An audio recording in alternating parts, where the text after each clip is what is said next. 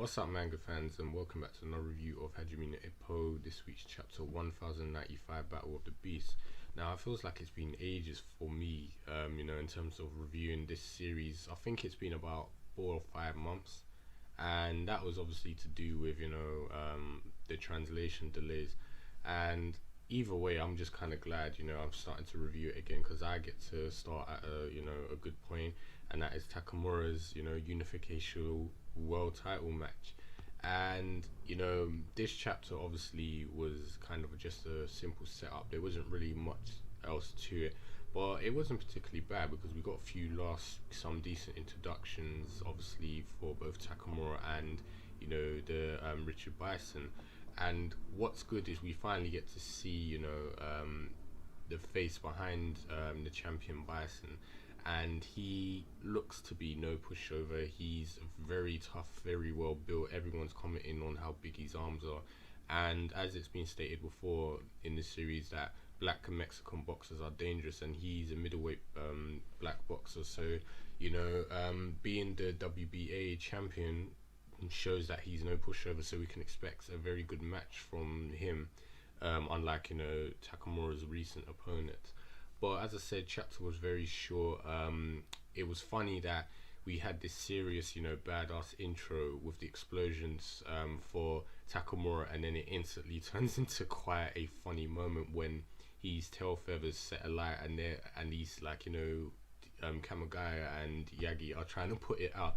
But instead of continuing to try and put it out, it's like he uses it to kind of big himself up and give him more face value and prop by charging towards the ring with his tail on fire.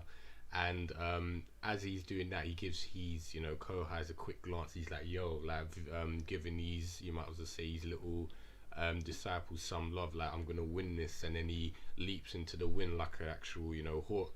And it's just lots of theoretical display. I would like to see that animated, because I could imagine that would be damn hilarious but badass at the same time. But this match is quite interesting, not only because it's Takamura's unification middleweight fight, but the fact that it's a historical event, because this is the first unification match ever held in Japan. So there's a lot riding on this. We've got the WBC belt for Takamura and the WBA for Bison, so whoever gets that is going to have basically a big freaking head afterwards. So as I said, there's a lot riding on this. This is definitely going to be one of those tough, serious matches, and as I said, it's going to be really fun to see two champions fight it out, and obviously getting to see a unification match as well, because I think I mentioned before, along with Reese, that we could see the series ending with a unification match for Ippo and Miyato. Same similar thing, one having WBC, one having WBA. So it's kind of nice to get something like this very early on, way before the end of the series. So as I said, I'm looking forward to see what Bison is going to pull out, how he's going to take on Takamura, and what Takamura is going to do to obviously handle that, because this is the first serious match in a very long time. So I'm looking forward to see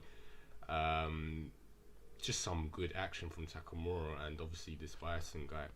But other than that, we saw a bit of comedy moment from Sendo and Mashiba taking digs at each other's themes. Like Mashiba saying, what is this? This is like a zoo. It's like we got a pig, a pig and a bird, or a cow and a bird, sorry. And it's like they're making the tiger look like a house cat, and then Sendo's quick response was, well, they're making the Grim Reaper look like a shitty skeleton.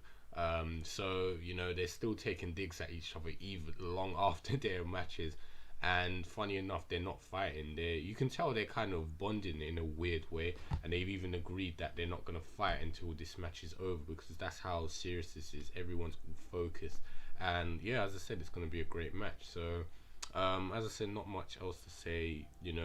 As the chapter ends, the match is going to start in the next chapter, so we can look forward to some decent action.